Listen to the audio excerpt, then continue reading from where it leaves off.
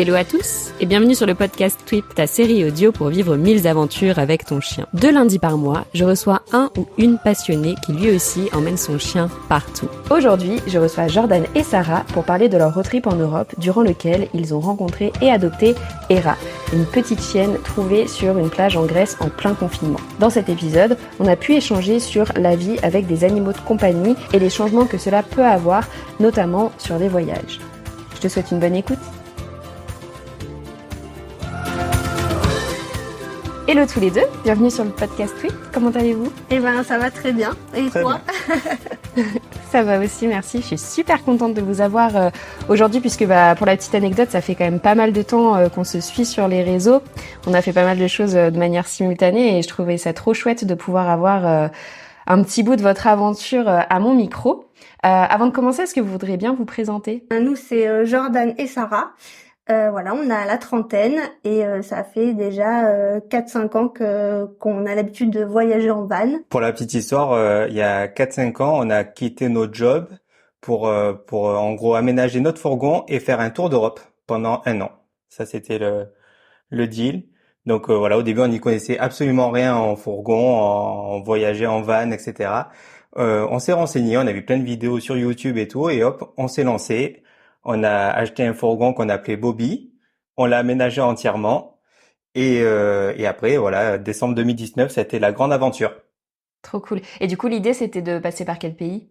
On avait vraiment prévu de faire le tour entier de l'Europe. Donc l'idée de base, c'était vraiment donc on partait en hiver et du coup d'aller vers les pays chauds en hiver pour voilà pour garder un petit peu de chaleur. Et du coup de passer par les pays du Nord en plein été. Donc on voulait partir de France, descendre par l'Italie, aller jusqu'en Grèce et remonter voilà du côté est jusque dans les pays du Nord, faire toute la Scandinavie et pour ensuite boucler la boucle et revenir en France, à Marseille. Ok, donc si mes calculs sont bons, peu de temps après le départ, vous avez été rattrapé par le Covid. C'est ça. Exactement. Ça a pas trop contrecarré vos plans ? Si, et carrément en fait, parce que alors au début on voyageait assez rapidement, on restait vraiment 1 à 2 semaines dans les pays parce qu'on était très pressés de visiter plein de trucs. On avait un rythme vraiment soutenu. On a fait 4-5 pays en on va dire 2 mois. Et on va dire début février, on a atterri en Grèce et là on a commencé à avoir ces fameux messages d'alerte, etc. pour nous dire que ça allait être confiné et au résultat on a été vraiment bloqué en Grèce sur une plage. C'était plutôt agréable. Ça va, il y en a qui ont connu pire. Voilà, c'était pas le pire confinement, oui, c'est sûr. Ouais, j'imagine. Vous avez été bloqué combien de temps là-bas ? On était parti pour visiter le pays pendant 2 semaines. Ensuite, c'est vrai qu'on a beaucoup apprécié la Grèce, donc plus ça allait, plus on se disait bon, on va rester un petit peu plus. Et puis jusqu'à être totalement bloqué. Donc on voyait donc les messages d'alerte, comme disait Jordan. Et on a en fait décidé de pas continuer, donc on devait aller en Bulgarie à la base, mais comme on savait pas trop ce qui allait se passer, on a préféré rester dans ce pays qui était plutôt cool. Et donc voilà, on s'est retrouvé bloqué là-bas. Alors le confinement a duré bien 2 mois, je pense. Oui, à peu près 2 mois. 2 mois sur la plage en Grèce. Oui, c'était pas mal. Mais du coup, ce qui nous a retenu bien plus longtemps en Grèce, c'est que on est tombé sur des petits chiots. Parfaite transition. Voilà. Et ouais, c'était 1 semaine, je pense, avant le déconfinement. En fait, on était avec plusieurs voyageurs donc sur la plage, et l'un d'entre nous, en fait, a trouvé un carton dans lequel il y avait 4 chiots abandonnés. Donc ils étaient âgés de même pas 6 semaines. Ah ouais, tout petit. Ils étaient tout petits, ouais. Oui, voilà. En fait, c'est un local, je pense, qui a vu que voilà, il y avait pas mal de fourgons aménagés sur cette plage et potentiellement, il aurait déposé le carton et les 4 chiots à côté du point d'eau qu'on utilisait en fait régulièrement. Et en fait, du coup, voilà, il y a notre copain qui est arrivé avec le carton et en disant ouais, j'ai une bonne et une mauvaise nouvelle. Et du coup, oui, voilà, ils étaient vraiment trop mignons et ils étaient un peu sales, ils avaient plein de tiques sur eux, etc. Et ils étaient morts de faim en plus. Ouais. La première chose qu'on a fait, déjà, c'est de les sortir du carton et de leur donner ce qu'on avait à manger sous la main. Donc voilà, ils étaient vraiment tous trop mignons. Il y en avait qui étaient plus ou moins apeurés. Euh, et voilà, c'était vraiment une petite séquence d'émotions quand on les a trouvés. Et puis après, il a fallu voir ce qu'on allait faire de ces petits loups. Ouais, bah sur le coup, voilà, on s'est dit qu'on allait un peu les aider, essayer de trouver quelque chose pour les aider à s'en sortir. Et comme ils étaient vraiment tout petits et que sur cette plage, il y avait plein d'autres chiens finalement aussi abandonnés, mais qui eux étaient adultes et en fait étaient agressifs. Donc en fait, on leur a construit un petit enclos pour pouvoir les laisser à côté de nous et gambader. Donc il y a tout le monde qui s'y est mis à essayer de trouver des palettes un peu partout sur la plage, des morceaux de bois. On leur a fait un petit enclos. Euh, et voilà, on n'avait pas grand-chose à leur donner à manger, donc il y en a un d'entre nous qui a filé dans un magasin chercher des croquettes. Et puis on a eu la chance quand même de tomber sur une dame. Alors je sais pas exactement si elle était grecque ou si c'est qu'elle vivait en Grèce depuis très longtemps. Mais elle avait l'habitude en fait de passer sur cette plage et justement de voir s'il y avait des animaux un peu qui étaient laissés à l'abandon. Et donc elle nous a pas mal guidés parce que nous c'est vrai qu'on s'est totalement retrouvés désemparés face à ça, on savait vraiment pas Vous quoi aviez faire. jamais eu d'animaux tous les deux? Alors chacun de notre côté, on a eu des animaux par nos parents en fait. Donc notamment des chiens aussi. Et ensemble, oui, on avait adopté des animaux, on avait adopté des rats. Donc rien à voir. Ouais, c'est tout aussi mignon et attachant, hein, les rats. On a vraiment apprécié ces 2, 3 ans avec les rats. Mais voilà, comme on voulait voyager, et puis de toute façon, voilà, c'est contraignant de voyager avec des rats. On a attendu que malheureusement ils décèdent et ensuite on s'est lancé dans cette aventure-là. Donc Ouais, oui, sans on a eu animaux du plusieurs coup. sans Oui, C'est animaux. facile de voyager sans animaux au final. Oui. c'est c'est ce qu'on pensait.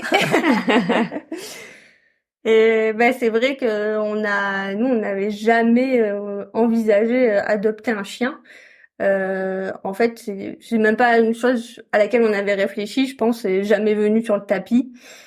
Et quand on voyageait, c'est vrai que de loin, on voyait les gens avec des chiens, on se disait que ça pouvait être contraignant parce que voilà, les jours de pluie dans un van, on se disait ouais, c'est pas top, il faut les sortir, il faut et donc bon, ça nous avait vraiment jamais traversé l'esprit. Et finalement, quand on est tombé sur les quatre petits chiots, il y a vraiment eu un coup de cœur qui s'est fait. Bah, en même temps, j'imagine que c'est dur de résister. Tu les sais là Oui, tout seul et tout. Enfin, ils doivent avoir une petite bouille trop craquante. c'est ça. C'est ça, ouais. On a pas mal hésité. On s'est en gros questionné pendant 2 jours tous les deux. Un coup, c'est Sarah qui avait plutôt des réticences et moi je disais bon allez, ok, c'est bon, on y va. Et après c'était l'inverse et voilà. Puis après ça finit par fusionner, par Ouais. matcher. Bah, c'est important de se poser la question. Hein. C'est pas une décision qu'on prend à la légère, hein, même s'ils sont trop choux sur le coup. Enfin, surtout pendant un voyage comme le vôtre, Ouais. ça s'improvise pas. En fait, ce qu'on s'est dit, on a vraiment réfléchi à ça, c'est que bon, nous de base, on vivait à Marseille et en partant voyager, on n'avait aucune envie de revenir vivre à Marseille. Donc on l'a pris en compte en se disant, dans tous les cas, quand on revient, on veut pas retourner en ville, on veut aller quelque part à la campagne et un chien serait carrément heureux, voilà, à la campagne avec nous. Et aussi, ce qu'on a pris en compte, c'est que quand on voyageait, de manière générale, on cherchait jamais à aller dans les villes, voir par exemple des musées, etc. Nous, on était toujours à la recherche de la nature. Oui, donc ça matche plutôt bien avec un chien. Oui. Du coup, voilà, il y avait aucune contrainte finalement pour nous parce que ça nous changerait pas la vie de voyager avec un chien. Donc c'est ça qui a fait qu'on s'est décidé à passer le pas. Et surtout, c'est qu'il y avait tous nos copains qui, un par un, prenaient un des chiots. Ok, ils avaient Donc, tous craqué. Oui, oui. et C'était assez incroyable. Et puis oui, une dernière petite chose aussi qu'on a pensé, c'est que c'était en gros le meilleur moment d'avoir ce genre d'animal parce qu'on savait qu'on avait encore peut-être 9 mois de voyage devant nous et que justement c'était la parfaite occasion pour avoir le temps de l'éduquer comme il faut et de prendre le temps dans toute sa croissance et tout, de lui apprendre les bons comportements, etc. C'est ce qui nous a fait pencher Ouais. sur le oui, sur le grand oui. Et du coup, pour choisir votre chiot, c'est chacun, dès qu'ils sont arrivés, vous avez dit, oh, moi, si j'en prends un, c'est celui-là, ou du coup, vous avez pris le dernier qui restait, que personne n'avait pris? Non, en fait, ouais, il y a chacun qui s'est positionné assez vite et chacun avait sa préférence et donc c'était assez cool parce qu'il n'y a pas eu de bagarre, on va dire. Ça s'est vraiment fait naturellement, Ouais. vraiment, tout le monde a eu un coup de cœur, un crush pour vraiment un animal différent, un chien différent et Comme quoi, il n'y a pas de ah hasard. ouais, Ouais. vraiment pas de hasard. Et nous, moi perso, j'avais directement craqué sur Hera, et une petite boule blanche comme ça. Et en plus, au début, je pensais que c'était un mâle. On avait Oui. mal regardé les sexes. Et Ouais. quand on a vu que finalement c'était une femelle, nous, à la base, si on avait des animaux, ça serait des femelles. Donc voilà, ça a fait encore plus le coup de Ouais. foudre, quoi. Trop chouette. Vous pouvez la décrire un petit peu, Hera, pour ceux qui la connaissent pas encore? Alors on dirait qu'elle ressemble à un border collie. Elle a vraiment la tête toute blanche, une oreille blanche et une oreille noire. Ça, c'est vraiment trop chou. Et ouais, elle est pas très grande. C'est un chien de taille moyenne. Heureusement Et d'ailleurs pour le fourgon, parce oui, que sinon ça aurait Hmm. été pas encore plus Oui, parce compliqué. que vous l'aviez aménagé pour deux, pas pour trois au final. oui, c'est ça. Exactement. Et vous saviez Ça- pas quelle taille elle ferait, j'imagine. Non. Après, heureusement, encore une fois, la femme qui était une locale, elle avait vraiment l'habitude d'avoir des chiens et justement, elle s'occupait, parce que là-bas, ce qu'il faut dire en Grèce, c'est qu'il n'y a pas de refuge comme chez nous, il n'y a pas de SPA, etc. C'est d'ailleurs pour ça qu'il y a pas mal d'animaux abandonnés sur place. Et en fait, du coup, chez elle, elle avait déjà recueilli 14 ou 15 chiens, je ne sais plus. Et elle avait l'habitude de ces chiens-là abandonnés et elle d'elle-même elle nous a dit non non ne vous inquiétez pas, elle sera pas très grande, j'ai l'habitude, elle va arriver maximum au genou quoi, et c'est pas trompée. Ouais, elle s'est pas trompée. Mais c'est vrai que qu'on avait un peu peur, enfin c'était pas de la peur, mais on se demandait tous à quoi ils allaient ressembler, parce que les chiens de là-bas, tous ceux qu'on voyait, ils étaient énormes. Ouais. C'était des gros chiens, ouais, De berger. de berger, et du coup on s'est dit ouais, si elle est grande, alors dans le fourgon, bon ça aurait pas trop posé problème, mais c'était plus pour le côté route, parce que du coup directement, donc elle voyageait avec nous à l'avant du fourgon. Et voilà, là, il y a pas trop de place. Donc au bout de 2 jours, vous vous dites go, on la prend. Comment ça se passe après? Alors après du coup on se renseigne parce que c'est important de se renseigner parce que Bah voilà. oui, comment on adopte un chien en Grèce? Eh ben, c'est un peu pareil que tous les autres pays en fait. En tout cas les pays de l'Europe, je pense qu'ils ont à peu près les mêmes réglementations. Pour voyager avec un chien et un animal en général, il faut que cet animal-là ait le vaccin contre la rage et qu'il ait un passeport européen. C'est les deux critères. Bah, et qu'il soit pucé, aussi Ah oui, oui. identifié. Donc, ouais, c'était la première étape, faire identifier l'animal. Et oui, du coup, on a encore une fois, grâce à la locale du coin, pris rendez-vous chez une vétérinaire. Et on est allé faire pucer, vacciner les 4 chiots en même temps parce que ils avaient tous trouvé un propriétaire. Ouais. Bah oui, parfait.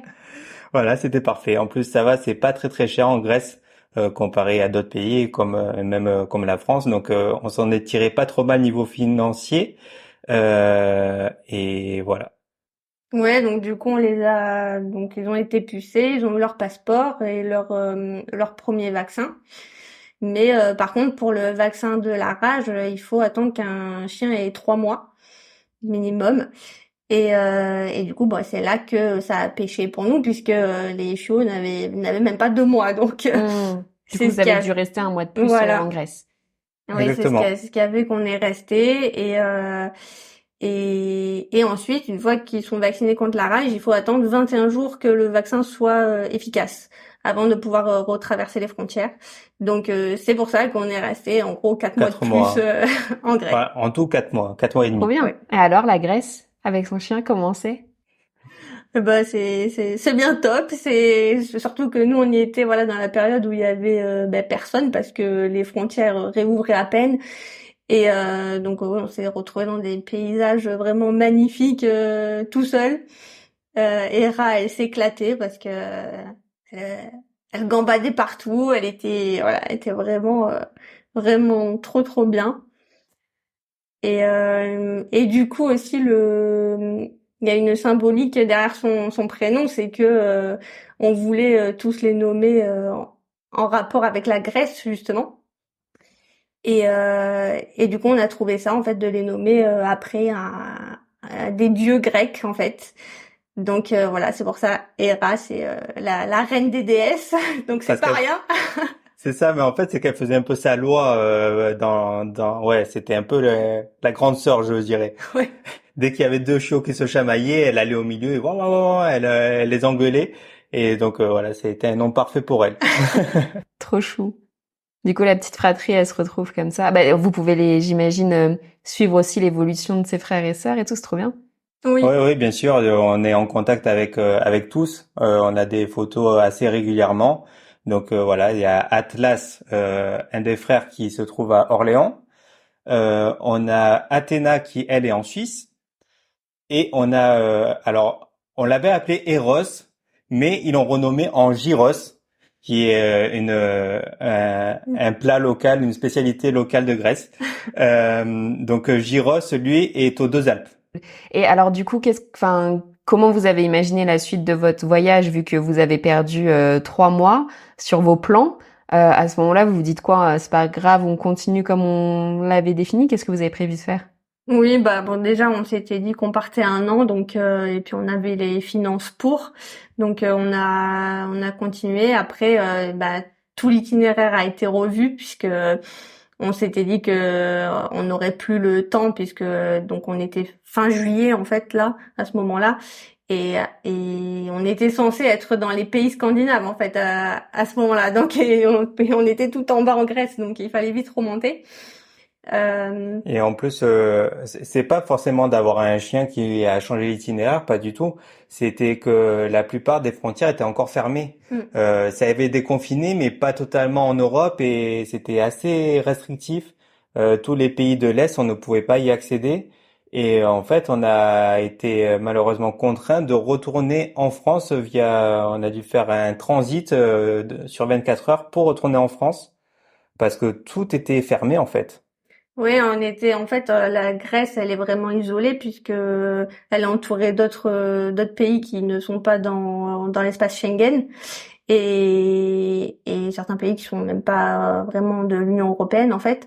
Donc là, c'était impossible de passer. On était entouré de pays où on pouvait pas passer.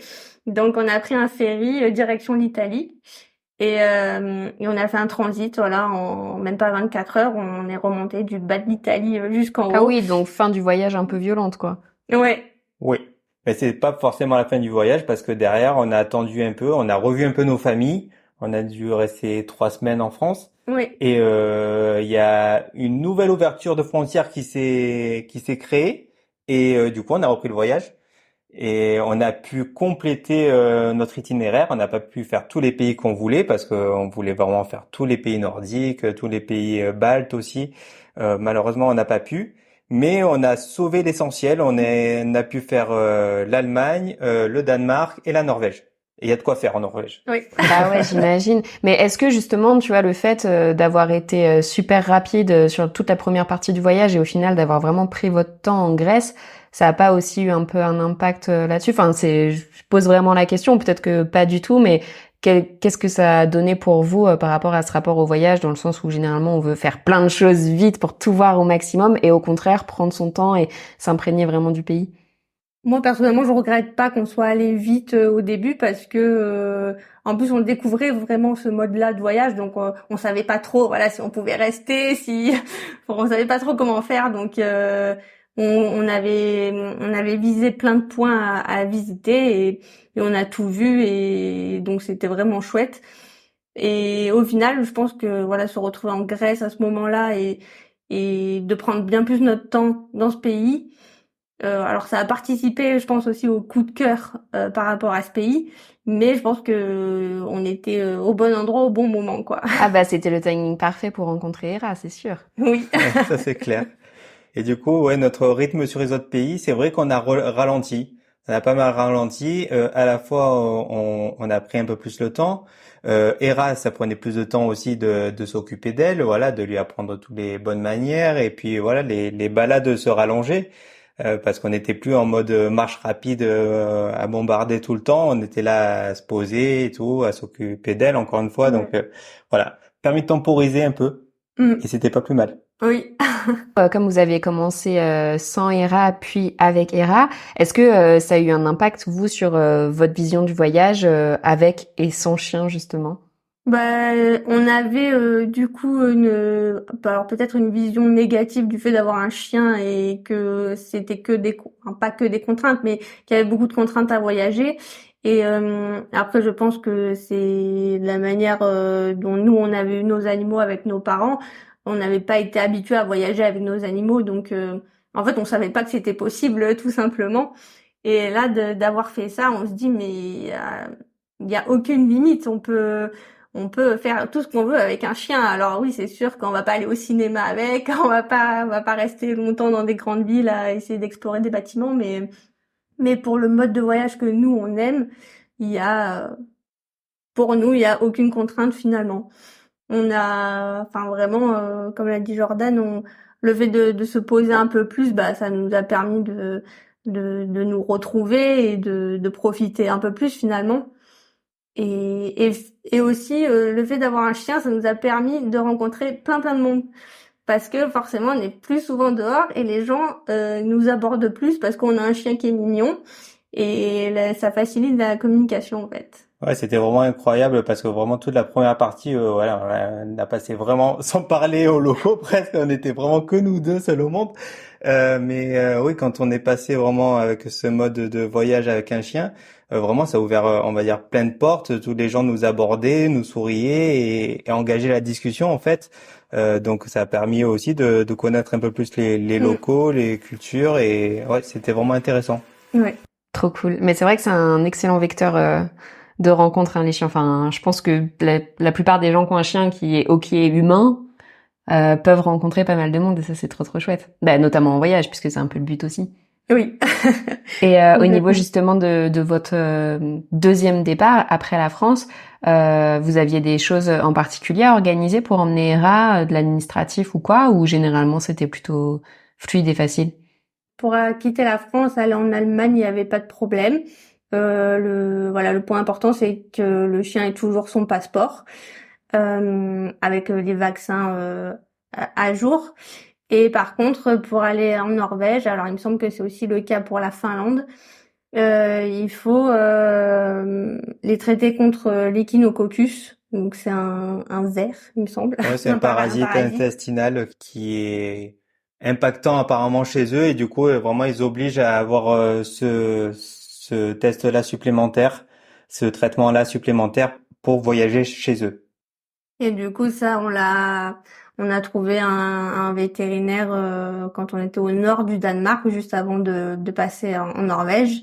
Et voilà, c'est juste simplement un cachet à prendre, juste, je crois, 2 jours avant de traverser la frontière et c'est OK. Trop bien, donc plutôt facile au final. Oui, oui, oui. Et est-ce que vous avez eu des moments un peu plus marquants que d'autres pendant ce voyage avec Hera que vous auriez aimé partager? Enfin, déjà, il y a sa rencontre, j'imagine, mais on en a déjà parlé. Est-ce qu'il y a d'autres moments qui vous ont particulièrement marqué? Alors là, ben, je dirais un peu tout, je sais pas, hein. Enfin on a tellement passé de merveilleux moments avec elle. Voilà, on va dire, ces sprints sur la plage quand elle s'est mise à découvrir le sable. Euh, elle s'éclatait à courir en tous les sens, à faire ces petits moments de folie, ces sprints creusés dans le sable à ne plus s'arrêter, quoi. C'était vraiment des bons souvenirs. Il y a eu la découverte de la neige, du coup, en Norvège. Et ça, ouais, je pense que ça nous reste un peu, en fait, le fait c'est assez symbolique, on se dit, elle vient de Grèce, et on l'a amenée jusqu'au Cap Nord. Donc c'est ouais, c'est un petit peu symbolique, se dire, on est allé jusqu'en haut, et on l'a amenée là-bas. Et non, Oui, mais un peu tout au sud de l'Europe et tout au nord c'est de ça. l'Europe, quoi. Exactement. Et- Et ouais, il y a quoi d'autre? Ben voilà, un peu tout, hein. Non, je vois pas. Il y a vraiment tellement de choses agréables, mais il n'y a pas vraiment de choses marquantes qu'on s'est dit, voilà, on n'aurait pas pu faire ça sans un chien ou avec un chien ou tout est paru facile et possible au final. Voilà, à part juste gérer quelques, par exemple, restaurants où on pouvait pas aller ou quoi, mais généralement les gens sont quand même assez ouverts et on trouve toujours des façons de passer à travers, quoi. C'est un peu comme le fourgon d'ailleurs. Au début, tu te dis oui, je vais pas trouver forcément d'endroit pour dormir, etc. Ou même pour se garer, pour aller faire les courses, parce qu'il y a toujours des barrières ou quoi. Mais au final, on trouve toujours une solution. Peut-être qu'on va marcher 5 minutes de Mm. plus, mais bon, c'est pas très grave. Et du coup, vous m'avez dit que vous avez adopté un petit chat, un petit copain pour Hera, enfin une petite copine du coup. Euh, est-ce que vous voulez nous parler d'elle, comment la rencontre s'est faite, enfin comment l'acclimatation s'est faite entre les deux, et aussi du coup quelle tournure ça a pris sur vos voyages vu que vous l'emmenez également avec vous. Bah du coup, il y a eu donc le retour finalement à Marseille parce que voilà suite au Covid, on n'avait plus trop le choix, on n'avait plus de sous donc on voulait pas vraiment revenir dans cette ville-là, mais à ce moment-là c'était la facilité donc on s'est retrouvés là et on a repris nos jobs. Et ben la transition pour laisser Hera seule la journée, ça a été, alors ça s'est bien passé dans l'ensemble, mais au début ça a été un peu compliqué parce que forcément elle avait passé plus de 6 mois H24 avec nous, donc là elle comprenait pas qu'on la laisse. Et Vous avez mis des choses en place pour faciliter ça justement? on l'a laissé de plus en plus longtemps, donc de temps en temps on fermait la porte, on l'a laissé 5 minutes, on l'entendait couiner, mais bon après on revenait, on a fait ça 2, 3 fois, et puis en fait elle s'est assez vite acclimatée. Oui, on laissait aussi des vêtements avec notre odeur, par exemple. On mettait vraiment plein de choses en place pour qu'elle se sente le mieux possible dans cette transition. Et ça s'est plutôt bien passé. Elle s'est vite acclimatée Mm. parce qu'elle a eu l'habitude de s'acclimater à un peu tout. Il y a eu tellement de changements dans sa vie que voilà, c'est un chien qui s'adapte facilement, en tout cas. Oui, puis c'est un peu une des qualités des chiens de manière générale, de savoir bien s'adapter. Bon, et encore plus des rats du coup. C'est ça. Et voilà, du coup, c'était aussi un crève-cœur pour nous, surtout aussi parce que on pensait à elle toute seule dans l'appartement, etc. Mais tout s'est très bien passé et donc au bout d'un certain temps, à force de la savoir seule en fait dans l'appartement, on s'est dit pourquoi pas avoir une copine. Et c'est Mm. pour ça qu'on en est venu au chat. Parce que deux chiens dans un appartement, c'était peut-être un peu trop compliqué par rapport à voilà peut-être les voisins et tout, voilà les chiens qui s'amusent ensemble, etc. Et du coup, on a opté pour le chat en se disant que ça allait matcher. Mm. Ouais, parce que on l'a jamais vue trop réactive face aux chats. Alors elle leur fait peur parce qu'elle fonce dessus pour jouer en fait. Hmm. C'est pas la meilleure Et approche. oui. Et du coup, on s'est dit bon bah un chat ça pourrait marcher. Donc on est passé par une association et à la base on cherchait un chaton parce qu'on s'était dit que ça marcherait peut-être un peu plus si elle tombait sur une copine qui était encore toute petite et bébé. Mais finalement, pareil, on a eu un coup de cœur pour alors c'était un chaton hein, quand on l'a vu, mais elle avait en fait la pauvre pas mal de problèmes de santé qui ont fait qu'elle devait rester en famille d'accueil pendant un certain temps parce que sinon elle risquait de contaminer les rats avec les parasites qu'elle avait, etc. Donc ça a fait un peu durer le truc et au final quand on l'a adoptée, elle avait déjà 6 mois. Ah oui, vous avez attendu longtemps du coup. Oui, Ouais. on lui a rendu visite environ 3 fois pour la voir régulièrement et pour que vraiment elle s'habitue à nous. La famille d'accueil était vraiment très très gentille et elle acceptait qu'on aille la voir. Donc voilà, ça s'est fait doucement. On a appris à faire connaissance avec elle d'abord et ensuite est venu le moment où elle a pu enfin venir dans l'appartement. Et là, pareil, on est allé en plusieurs étapes pour lui faire rencontrer Hera. Ouais, on l'a laissée dans une pièce à part, donc nous on allait la voir et déjà le fait que nous on aille d'une pièce à l'autre, elles pouvaient chacune sentir l'odeur de l'une et l'autre. Et ensuite on les a fait se rencontrer dans le couloir pour que ce soit l'endroit le plus neutre, on va dire. Et directement, Hera, elle était super intriguée, elle voulait jouer avec elle, mais elle y allait un peu comme une bourrine, quoi. Donc voilà, on a fait les choses quand même prudemment, on tenait Hera en laisse parce que voilà, on sait jamais comment elle peut réagir. Et finalement, c'est allé assez vite. On a attendu peut-être, on a fait 2, 3 fois l'essai dans le salon, enfin dans le couloir, et puis après on les a lâchés ensemble et ça s'est toujours bien passé. Oui, oui, exactement. Ils ont trouvé vite leur place toutes les deux. Au début, Cléo avait un petit peu peur, du coup, elle se cachait sous le canapé ou elle se mettait en hauteur pour pas être atteignable par Hera. Mais voilà, ça s'est fait vraiment naturellement et progressivement. Elles ont trouvé chacune leur place et au début, on va dire, c'était plus de la tolérance pendant un certain temps, pendant peut-être 6 mois. Et puis voilà, on faisait tellement de choses ensemble, les deux à côté. Voilà, on leur donnait des friandises en même temps, et puis on a commencé aussi à les faire s'asseoir à côté, etc. Donc vraiment, elles prenaient plus du plaisir en fait à être à côté l'une de l'autre. Et puis voilà, maintenant ça s'est fait. Maintenant elles jouent ensemble et tout. C'est trop mignon. Ouais. Elles en sont pas encore au point où elles dorment l'une à côté de l'autre parce Oh, on a hâte qu'elle fasse ça. on voit qu'il y a quand même elles sont pas sûres encore. Je pense qu'elles savent pas encore jauger la réaction de l'autre. Mais par contre, des fois, Cléo arrive, lui saute dessus, elles jouent ensemble, elles se font des petites léchouilles. Ça dure pas très longtemps, mais voilà, on sait que petit à petit, ça va aller de mieux en mieux. Parce que ça fait combien de temps que vous l'avez, Cléo? Ouais, là, en juillet, elle va avoir 2 ans. Donc ça fait 1 an et demi, quoi, du coup. Et donc, quand vous avez adopté Cléo, c'était donc principalement pour avoir une compagnie pour Hera. Dans votre tête, vous vouliez toujours voyager, comme on vous a dit, on arrête les voyages parce qu'on prend un chat, ou justement on va continuer et il n'y a pas de problème à voyager avec un chat aussi? Bah, on s'est dit que tout était possible. Alors après, bien sûr, il faut pas aller à l'encontre du caractère de son animal. S'il a pas envie de faire ça, on va pas le forcer. Mais on s'est dit que en l'habituant, dès qu'on l'avait avec nous, il y aurait pas de problème. Après, si on était tombé sur un chat qui voulait absolument pas sortir, bah, on aurait trouvé aussi des solutions. Mais là, ça n'a pas été le cas. On lui a fait faire plusieurs petits tours avec nous dans les parcs à côté.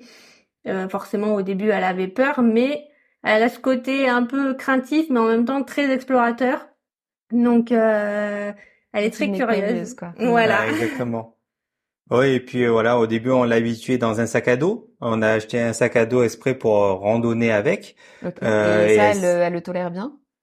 Oui, oui, plutôt, oui. Mais de toute façon, dès qu'elle avait ses 6 mois, 7 mois et tout, on a commencé à la mettre dans le sac à dos. D'abord juste dans l'appartement. Ensuite, on l'a fait dans la résidence, du coup. Et on l'a sorti plusieurs fois comme ça. Puis voilà, elle s'est habituée. Et maintenant, elle dit plus grand-chose. Oui. Au début, elle n'aimait pas trop le vent au début, mais après, maintenant, tout est normal, quoi. Elle dort. Oui, nous, on est en train de randonner et de transpirer dans tous les sens. Et elle dort derrière. Elle est tranquille. Elle est trop bien pendant que vous êtes en galère dans Voilà. votre montée. C'est ça. Et du coup, vous la sortez un petit peu en laisse, etc. également, ou c'est seulement sac à dos? Ou peut-être en libre, je sais pas. On a testé en laisse, mais que dans la résidence. Et en fait, dans le parc, il y a beaucoup de chiens. Donc c'est vrai qu'on garde toujours un œil sur elle parce que voilà, on sait pas trop ce qui peut se passer. Jusqu'à présent, voilà, on n'a pas osé la lâcher à côté de chez nous. Et par contre, quand on part en fourgon ou en rando, on lui a acheté une longe comme à Hera et en fait on la laisse gambader. En fait, elle part super vite et super loin. Donc bon, c'est pour ça qu'on la suit à travers la longe. Et voilà, du coup, il y a Hera et Cléo en longe toutes les deux. Des fois, ça fait un peu des nœuds, mais mais c'est super marrant et voilà, on adore les voir découvrir toujours des nouveaux environnements, des nouvelles senteurs, des nouvelles odeurs, enfin tout. C'est vraiment trop bien. Ouais, votre plaisir, c'est de voir vos animaux en pleine découverte et en plein kiff, quoi. Oui, oui, complètement. On sait on pense et on espère qu'elles sont heureuses comme ça. Voyager avec un chien et un chat, est-ce que ça a changé quelque chose pour vous? Enfin, comment c'est le quotidien avec deux animaux quand on voyage avec eux? Alors nous on aime les défis parce que en parallèle on avait vendu Bobby et on a acheté Stuart, c'est un petit fourgon, un Citroën Jumpy où on tient voilà déjà que nous deux ça serait limite et du coup on voyage avec Stuart, Hera et Cléo. On est tous les quatre dans on va dire si on calcule la surface, je pense qu'il y a 3 mètres carrés. Il n'y a pas de douche, il n'y a pas de toilette. On a une douche solaire portative et des toilettes portatives aussi euh, qu'on sort pour faire ses besoins. Et vraiment, ouais, c'est un gros challenge, mais on s'en sort. On s'en sort et tout se passe très très bien. On dort tous ensemble dans le même lit. Ok. Oui, en fait, vous avez doublé le nombre de personnes, enfin pas de personnes, mais vous avez doublé en nombre et vous avez divisé par deux la surface, quoi. Exactement. Bonne idée.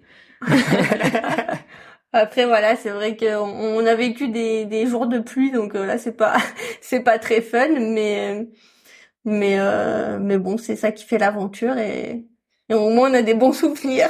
Exactement. Vous devez avoir des choses à raconter. Et Cléo, quand c'est comme ça, elle a une litière ou peut-être qu'elle fait dehors? Oh oui, alors non, parce que madame, c'est une princesse et elle ne sait pas faire ses besoins dehors. Donc, on a une litière et son passe-temps préféré, c'est d'aller faire ses besoins quand on s'est couché. Donc, elle va sous le lit, elle fait ses besoins et elle gratte. Ouais, elle gratte et ça empeste. Ah, punaise, oui. Mais on en rigole, hein, c'est drôle.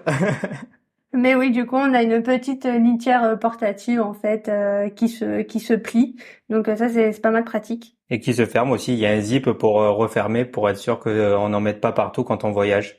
Est-ce qu'il y a des conseils que vous aimeriez partager aux personnes qui nous écoutent, qui auraient envie, tu vois, peut-être d'adopter, qui voyagent de cette façon par exemple, et qui auraient envie d'adopter des animaux? Avant tout, c'est quand même une responsabilité. Il faut bien réfléchir avant et voir comment s'organiser parce que voilà, adopter un animal, c'est quelque chose d'important et il faut pas le prendre à la légère. Mais nous, on voit que du bonheur. Si vous aimez les animaux, que vous êtes sûr que vous allez en prendre soin, juste foncez. Il y a toujours des contraintes. Il y aura des contraintes dans tous les domaines, mais on s'adapte toujours et l'amour dépasse tout, quoi. Mignon. C'était beau comme phrase. Je te jure, on est dans un grand Disney là. Est-ce que vous avez prévu des prochains voyages avec ces deux dames? Alors pas pour l'instant parce que du coup on a vendu notre fourgon aussi là. Donc non, pas pour l'instant. On réfléchit à pouvoir partir vraiment en sac à dos. Donc on sait pas encore. Autre vraiment. challenge là. Hein. Oui, voilà. En fait, on est de plus en plus petit. petit. On enregistre un épisode direct. Et ouais. Ben oui, du coup, on essaie de voir pour acheter une tente assez confortable et en même temps très très légère pour voyager en sac à dos.